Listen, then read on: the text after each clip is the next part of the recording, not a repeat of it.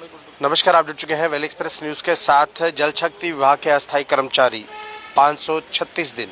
मैं भी बहुत देर के बाद इनके पास आया हूं क्योंकि परेशान ये भी है, परेशान सरकार भी है। लगातार सरकार के बड़े बड़े नुमाइंदे बदलते जा रहे हैं, लेकिन इनके लिए जो सरकार को करना चाहिए वो हो नहीं हो रहा। बड़े बड़े फैसले हो रहे हैं, लेकिन उन फैसलों में क्या जल शक्ति विभाग के अस्थायी कर्मचारियों को कुछ देंगे या कुछ मिलेगा? चलिए ताज जी से बात करता हूँ। ताज जी, क्या लग रहा है, जिस तरह से कहा यह जा रहा है कि जम्मू कश्मीर बदल रहा है, नई तस्वीर आ रही है, जम्मू कश्मीर में तरक्की है, आखिरकार 536 दिन हो चुके हैं, आपके लिए तरक्की कितनी है? गुलशन जी, आपका और आपके चैनल का शुक्रिया। देखिए, तरक्की कह लीजिए, डेवलपमेंट एक्टिविटी जो हैं, सड़कें नालियाँ बननी, स्कूल कॉलेज बनने, फ्लाईओवर बनने, ब्रिज बनने, ये देश जब आज़ाद हो तब से ये ऑनगोइंग प्रोसेस है, ये चलता रहता है। लेकिन जो डेली वेज का मसला है, जो माननीय प्रधानमंत्री साहब ने ललकार रैली में 2014 में कहा था कि जम्मू कश्मीर में धारा 370 के बाद अगर कोई बड़ी समस्या है वो डेली वेज 60,000।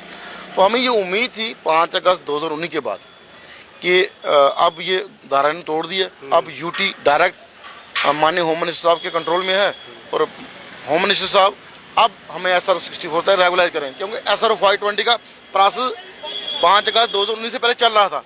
लेकिन हुआ यहाँ उल्टा, हमारी उम्मीद के अगेंस्ट ये हुआ कि जब यूटी बनी, जो SRO 520 पे जो हमारी वेजेस इन्हांस, मैं बड़ी बार ये बोलता हूँ, हमारी वेजेस इन्हांस होनी थी, वो रेगुलाइजेशन है, वो भी एक आईवाश था, वो PDP बीजेपी सरकार ने बनाया था।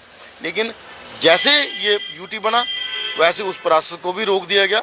और इवन तक महंगाई भत्ता जो पिछले 5 साल से तकरीबन परमानेंट एम्प्लॉइज को दिया जाता है, यूटी बनने के बाद उनको तमाम बेनिफिट दिए गए, लेकिन हमें 1% भी बेनिफिट नहीं दिया गया। अब ताजी, अब ये कहा जा रहा है कि इलेक्शन होगी, कहीं ना कहीं सुप्रीम कोर्ट ने भी हिदायत दे दी है, इलेक्शन होगी। चलिए, जो जाना था वो जा चुका है।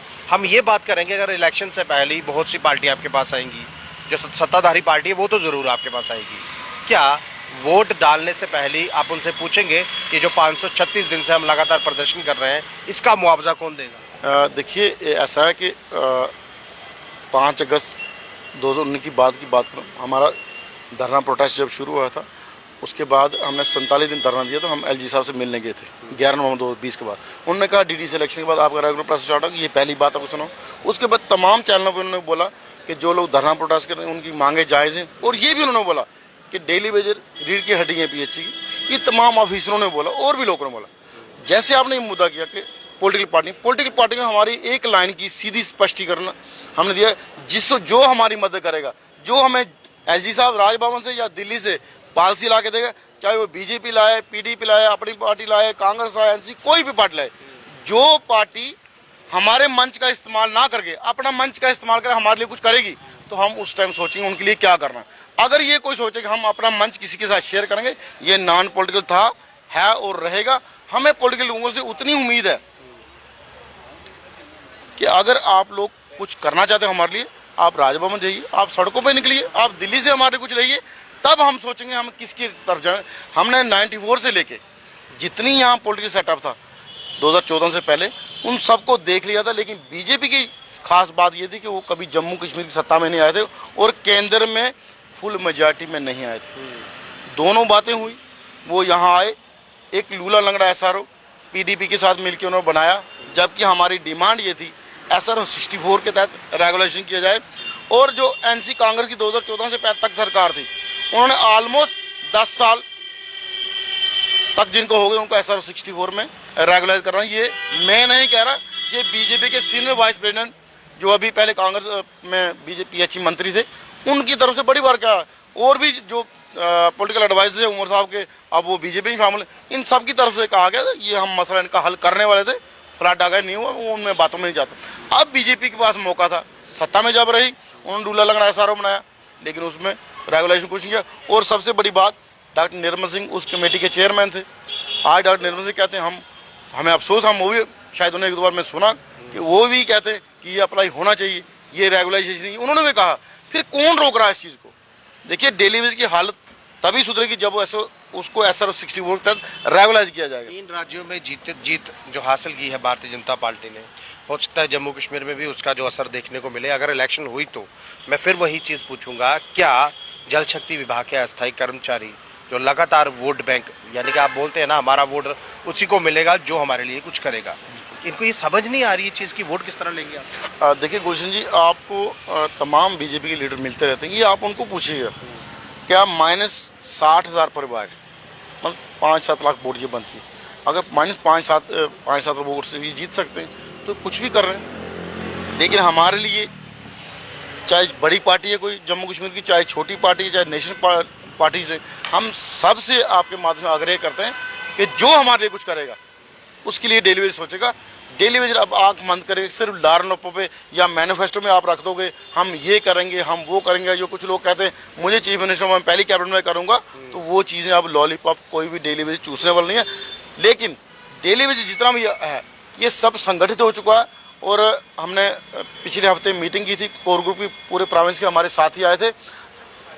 परसों से ही कल से ही मीटिंगों का दौर शुरू हो गया, चाहे बिलावर में हुई चाहे कठुआ में हुई, ऐसे इस तरह सब डिवीजन बाकी डिवीजन भी जो है वो मीटिंगें शुरू कर दें। हम बड़े प्रोग्राम की तरफ जा रहे हैं, लेकिन हम नहीं चाहते कि नए चीफ सेक्रेटरी साहब आएँ वो हमारे इस मसले को देखें, क्योंकि वो पहले भी निज़ाम में रह चुके हैं, 2014 से पहले भी रहे हैं, उनको हर चीज़ पता है। और जो भी चीफ सेक्रेटरी होगा अगर वो अपने एम्प्लॉय से फ्रेंडली होगा, उनके लिए पॉजिटिव होगा, तो उनको काम करने में एम्प्लॉयज़ को भी आसानी होगी और चीफ सेक्रेटरी साहब को आसानी होगी, चाहे और भी अधिकारी जी साहब को आसानी होगी। अगर आप एम्प्लॉयज़ का गला दबा के रखेंगे लेकिन कोविड में उससे सारा काम लेंगे, कोविड में उनकी जान पे खेला है, उनके घर के लोग चले गए, उस टाइम आप उनको कोरोना वैरियर का सर्टिफिकेट देते हो और आज ये कहो बैकडोर इलीगल दिस दैट। भाई अगर बैकडोर है इलीगल है आपने निकाला क्यों नहीं? आप लोग जो लोग ये बैकडोर कहते थे बड़े बड़े ऑफिसर, वो भी 25-30 साल यहाँ रहे, उस टाइम क्यों उन्होंने आवाज़ उठाई? ये कि गरीब को कुछ देना नहीं है, गरीब का बच्चा ना पढ़ा लिखा है, इनके बच्चे अनपढ़ हैं, तो आप डेली वेज जाग चुका है, चाहे वो कुछ भी करेगा। और गुलशन जी एक चीज़ बताओ, जो डेली वेज का जॉब नहीं करता वो बच्चे नहीं पाल रहा। हम इसीलिए सरकार से कहते हैं सरकार फैसला करे, हमारा पेंडिंग कोई दुनिया की सरकार नहीं है जिसे 400-500 करोड़ डेली वेज का देना हो। ये कौन सा निज़ाम है? एक तरफ आप कहते हो हम मजदूर हितैषी हैं, केंद्र में ये पार्टी आई या पहले जो लोग, कौन सा मजदूर हितैषी हो? 450-500 करोड़ गरीब लोगों का देना है जिनको खाने की 2 जून की रोटी नहीं। तो किससे उम्मीद आपके कह रहे हो? हमें किसी से उम्मीद नहीं है, हमें उसी से उम्मीद होगी जो आज प्रशासन बैठा हुआ है, क्यों सिंगल विंडो सिस्टम होता है। और हमें उम्मीद थी एलजी साहब से, एलजी साहब ने 2-4-5 बार बोला और आज भी हम उम्मीद करते हैं कि अगर पहले वो कंफर्टेबल नहीं, कुछ लोग ऐसे थे जो नहीं चाहते थे डेलीवरी का भला हो, आज पॉजिटिव लोग अगर बैठे हैं तो मैं उम्मीद करूंगा कि एलजी साहब भी इस पर गौर करेंगे। ये इंसानी मुद्दा है, इसको कानून की रूह से मत देखिए। बहरहाल देख लीजिए जम्मू कश्मीर में इस वक्त एक ही चेयर है, वो है मनोज सिन्हा साहब, जो जम्मू कश्मीर के एलजी हैं, वही अगर कर सकते हैं, क्योंकि लगातार काम करते हुए वो नजर जरूर आ रहे हैं। अब एलजी साहब तक इनकी अगर आवाज जो है वो पहुंच पाए तो बहुत अच्छी बात है, क्योंकि चीफ सेक्रेटरी बदल चुके हैं, अब्दुल साहब चीफ सेक्रेटरी आ गए और लोकल्स हैं। लोकल मैं इसलिए बोल रहा हूँ क्योंकि जम्मू कश्मीर में रह चुके हैं, जम्मू कश्मीर के मुद्दों को जो है वो पहचानते हैं और इतनी ज़्यादा उनको पहचान है तो हो सकता है इन लोगों के लिए भी वो कुछ कर पाए। चलिए इनसे पूछता हूँ मैं, मुझे एक चीज़, मैंने एक आपसे एक बात करूँगा, 536 दिन बहुत लंबा वक्त है, इस वक्त में जो घर का गुजारा है वो किस तरह से? देखिए सर, जहाँ तक घर के गुजारे की बात है तो वो किसी से छुपा हुआ नहीं है। हर एक डेली वेजर जब भी मीडिया के सामने आता है तो 2 वक्त की रोटी की ही बात करता है। और आज भी मैं आपसे यही कहूँगा कि जम्मू कश्मीर का डेली वेजर जो है 2 वक्त की रोटी ही तो सरकार से मांग रहा है और उसी की तो जद्दोजहद कर रहा है। मैं आपको बता दूं कि एक 9,000 जो हमें वेतन मिलता है वो इस पिछले महीने की जो चीफ साहब ने पैसा रिलीज किया हुआ है डिवीजनों को, तो अभी तक जो है आज 12 तारीख हो चुकी है, लेकिन अभी तक डेली वेजर के खाते में वो पैसा नहीं गया। जैसे ताज जी ने पीछे ये चीज़ बताई, तो ये डेली वेजर राशन कार्ड से महरूम रखा जा रहा है। इन्होंने कहा था 1 नेशन 1 राशन कार्ड की बात की गई थी, क्या ये चीज़ इम्प्लीमेंट होती हुई नजर आ रही? बिल्कुल नहीं सर, जो कहा जाता है ना वो ग्राउंड पे बिल्कुल भी इम्प्लीमेंट नहीं हो रहा है। और हम कोई अपने विषय से हट के कोई बात नहीं करना चाहेंगे। डेली वेजर का एक ही फैसला है कि हमें हमारा हक दे दो, हमें रेगुलराइजेशन पॉलिसी दे दो, डेली वेजर इनके साथ खड़ा रहेगा। ये बात मैंने क्यों पूछी, 1 नेशन 1 जो राशन कार्ड है उसकी बात मैंने इसलिए पूछी क्योंकि 9,000 सैलरी है, लेकिन इनको ये कहा जाता है कि आप सरकारी एम्प्लॉयज हैं, आपको बीपीएल राशन कार्ड नहीं मिलेगा। सबसे बड़ी बात इनके बच्चों को वो फैसिलिटी नहीं मिलेगी जो एक आम नागरिक को मिल रही, क्योंकि ये सरकारी एम्प्लॉयज हैं। सरकारी एम्प्लॉयज का जो टैग है वो उनको दिया गया है, लेकिन डेली वेजर है, अस्थायी कर्मचारी हैं। अस्थायी कर्मचारी होने के बाद भी 9,000 सैलरी ले रहे हैं। जब बच्चों की बात की जाए, बच्चों की पढ़ाने की बात की जाए, जो पक्का एम्प्लॉय है ना, उसके बच्चे को कहीं ना कहीं पढ़ाने के लिए सरकार पैसा दे रही है।